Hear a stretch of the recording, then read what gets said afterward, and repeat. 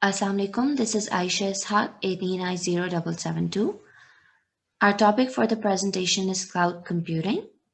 I will begin with some brief introduction on what is cloud computing. So, in the simplest terms, cloud computing is the distribution of on demand computing services over the internet on a pay as you go basis. Basically, the cloud is the internet. And cloud computing offers you softwares and services that run through the internet rather than on private servers and hard drives. Basically, you do not own the infrastructure needed to support the programs or applications. You simply utilize third party infrastructure over the internet and you pay for all the services that you use. The services that are provided include servers, storage, databases, networking, software, analytics, and intelligence. Now, why is cloud computing so attractive? One of its main points is the cost. So, cloud computing is basically much less expensive compared to on site infrastructure. The reason for that is that it cuts your cost of having to purchase hardware and software, as well as IT officials to manage the hardware and software on site. So you do not need to pay for the entire servers that need to be put up, all the storage devices that need to be put up on site, as well as security measures that need to be taken on site. All of that cost gets cut out, and you simply purchase cloud computing services on the internet. Nextly, security is another benefit. So, over here again, the reason cloud computing providers offer better security is because they invest a lot of money in their um, global level infrastructure. And since they need to provide the best services, they invest in the best security also. So, as compared to on site infrastructure, where an organization or company might not have invested as much money in security and would therefore not have as better security as the cloud computing providers. This ensures that cloud computing providers generally offer better security than if you were to make your own private um, server. Nextly, we have reliability. So, cloud computing makes data backup, disaster recovery, and business continuity easier and less expensive. This is because data is backed up at multiple redundant sites on the cloud provider's network. Here again, the fact that cloud providers are generally very large scale and have made a lot of investment comes into play. They have invested in having multiple sites around the globe, which is why your data is backed up at different sites so that you can recover your data anytime, anywhere. And you do not need to worry about losing your data. Next, we have performance and flexibility. So, cloud computing services, they are offered at a global scale. So, they need to be maintained and upgraded regularly so that their services are the most efficient, secure, and fast. And for that, they update their hardware regularly also, which, as compared to if an organization or users would have on site infrastructure, the upgrade wouldn't be as regular considering the cost that it would take or the investment it would take to have to upgrade regularly. Now, that ensures better performance for cloud computing providers. Nextly, these services are available all the time and they are not limited. There are vast computing resources are available, and they are available at just a few clicks. So this allows users more flexibility. And when it comes to organizations and companies, it allows them to not have to hire extra IT officials to have to take care of all of these things and have to pay them for all the extra maintenance. They simply can purchase better services on the internet.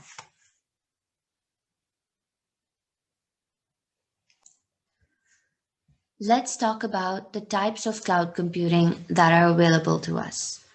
Now, the types of cloud computing branch off to two different models, the deployment model and the service model. First, let us discuss the deployment model. Under the deployment model, there are three types of clouds available: the public, the private, and the hybrid cloud. So the public cloud is the most common one, and it is basically owned and operated by party cloud service providers who distribute their compute resources like servers and storage over the internet, and you can access these via a web page. So all these services and the supporting infrastructure, they are managed offsite over the internet and shared across multiple users. So a good example of a public cloud would be a streaming service like Netflix. Users simply subscribe to the service, and through an individual account, they can access these services over the internet. The advantage of using a public cloud is that it offers increased efficiency and subsequent cost effectiveness for the same shared resources. And public clouds are obviously cheaper than private clouds and much, much cheaper than on premise computing infrastructure. Now, let's talk about private cloud. So, private cloud basically refers to cloud computing resources that are exclusively used by single businesses or organizations.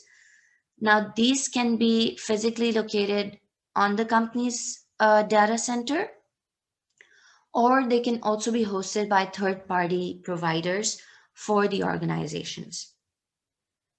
So, instead of having multiple users like a public cloud does, a private cloud typically has only one user, which is the respective organization or business.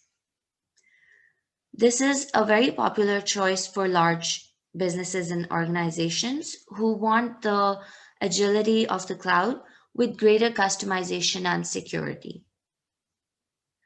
Next comes the hybrid cloud. Hybrid cloud basically combines the public and the private clouds, and it uses both the technologies to allow data and applications to be shared between them. So it's basically like if you already have a domain controller, you can merge it with one on a cloud and use both of them. So, despite operating independently, the clouds in a hybrid environment communicate over an encrypted connection, so security is not compromised. And this is also an increasingly popular cloud solution because it allows organizations greater flexibility to meet their IT needs. The next type of cloud computing is basically under the service model, and it also has three different kinds. The first one is infrastructure as a service. Now, this is when a business wants to build their own infrastructure, but they don't want to utilize or set up their own machinery. So they use the cloud computing services as a virtual machine. They use their servers and stuff. And on top of those, they build their own, according to their needs, they build their own servers and on their own systems. But it's not physically at their sites, it's bought from the third party cloud computing providers. Second is platform as a service. This is generally aimed towards software developers. So they offer the infrastructure, the third party cloud computing service offers the infrastructure, and software developers basically use that environment to develop, test, deploy, and manage softwares. This allows them access to a lot of different tools without having to develop them, and they can simply utilize those tools and develop their own softwares. Now, software as a service is one where all of these things are provided to you. You're provided with the infrastructure, you're provided with the software. You just simply use these applications on the internet and you generally subscribe to them. So, using Microsoft's Office on the internet or such things on the internet would come under software as a service. And we don't generally realize how many times we are using software as a service on the internet. Google Drive, Google Sheets, Google Docs, all these services are basically coming under software as a service. And we are basically using cloud computing when we utilize these services. That is all from my side. Now over to Soban.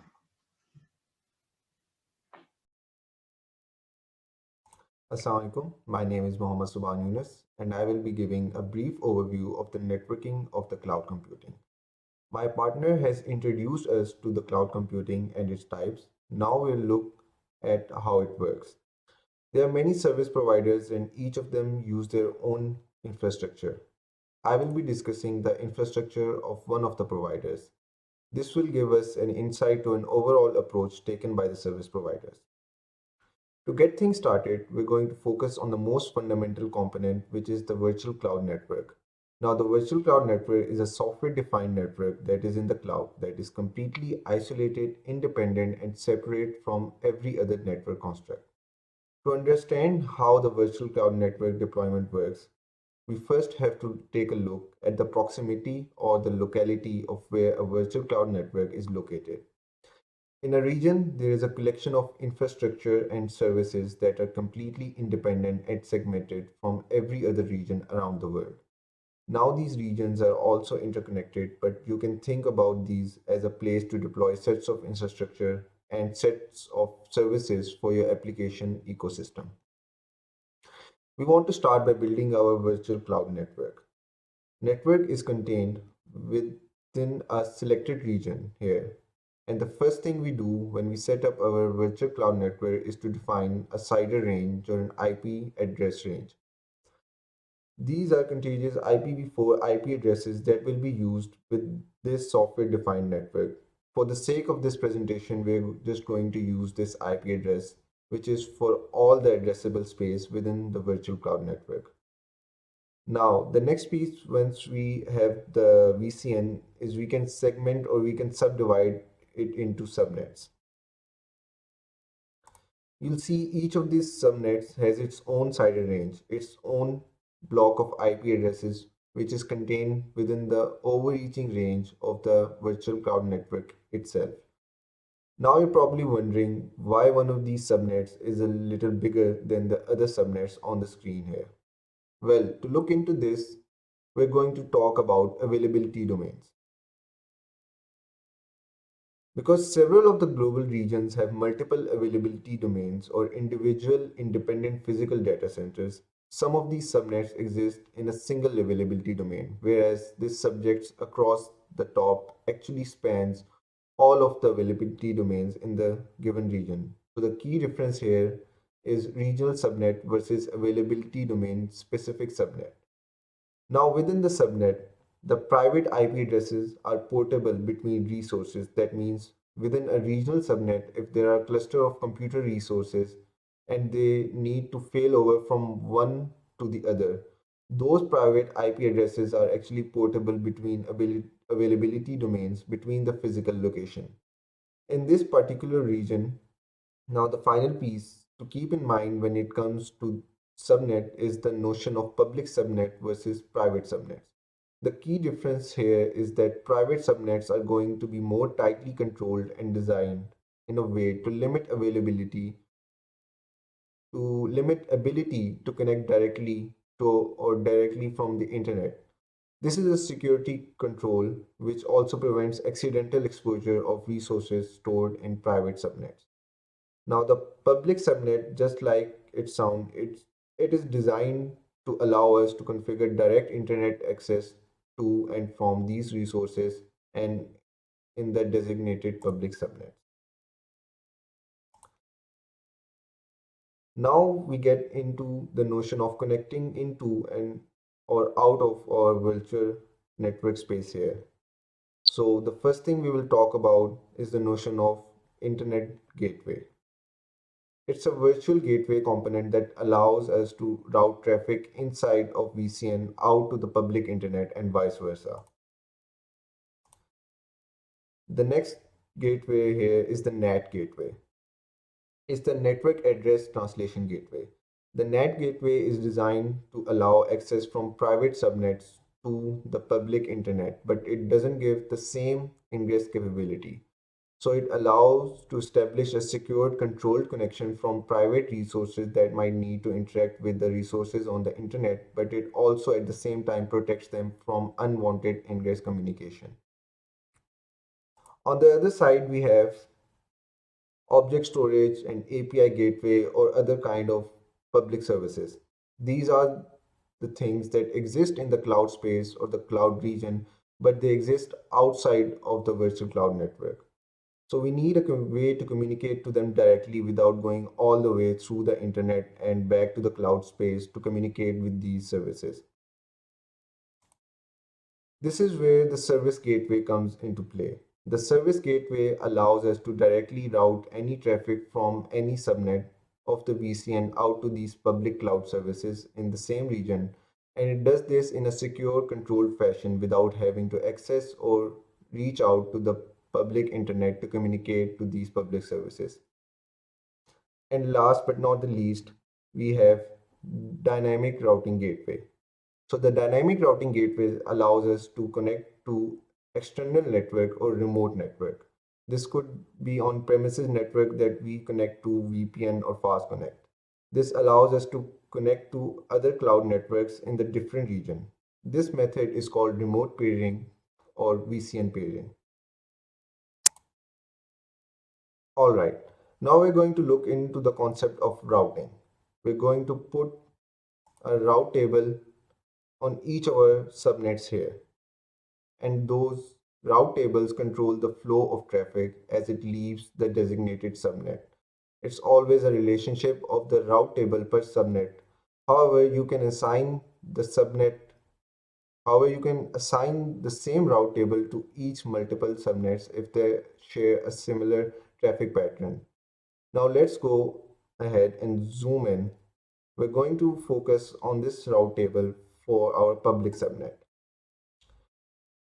We need to access the internet through our internet gateway. Thus, we have to tell this route table or define a route rule that tells our traffic where to go to get out of to the internet. There are few different rules to filter out the traffic. These include the target type, destination IP, and internet gateway name. That's going to give us the information we need to be able to route from our public subnet to the internet. Now, if we needed to communicate from our private subnets out to something like object storage or other public services, for that we add rules in the same manner. The routing tables for the service gateway are configured accordingly to give access to our public services to the private subnet. Since this is a brief overview, we'll not go into much detail. So now that we have route tables defined, gateway created, a mechanism to enter and exit the virtual cloud network, we have to control what is allowed to flow into and out of the virtual cloud network. To help illustrate this process, let's go ahead and just put a security list in every subnet. Now let's go and zoom ahead. Now let's go and zoom ahead in here on the first piece. This security list is going to allow us to create the rules that define what traffic is allowed to flow into and out of the resources in this particular subnet. So let's add a rule to this security list. We're going to add an ingress rule to allow ingress traffic from 0.0.0.0/0 with a destination port of 80. So essentially what going that's going to do is allow anything on the internet that's trying to access the server to come in through that internet gateway into the subnet and access those resources on port 80. Presumably, we're running some sort of web server, so HTTP traffic is allowed inbound because of this security rule. In case of private subnet, public access is not given and only private secure connections are allowed according to the rules that are put in here, the security list.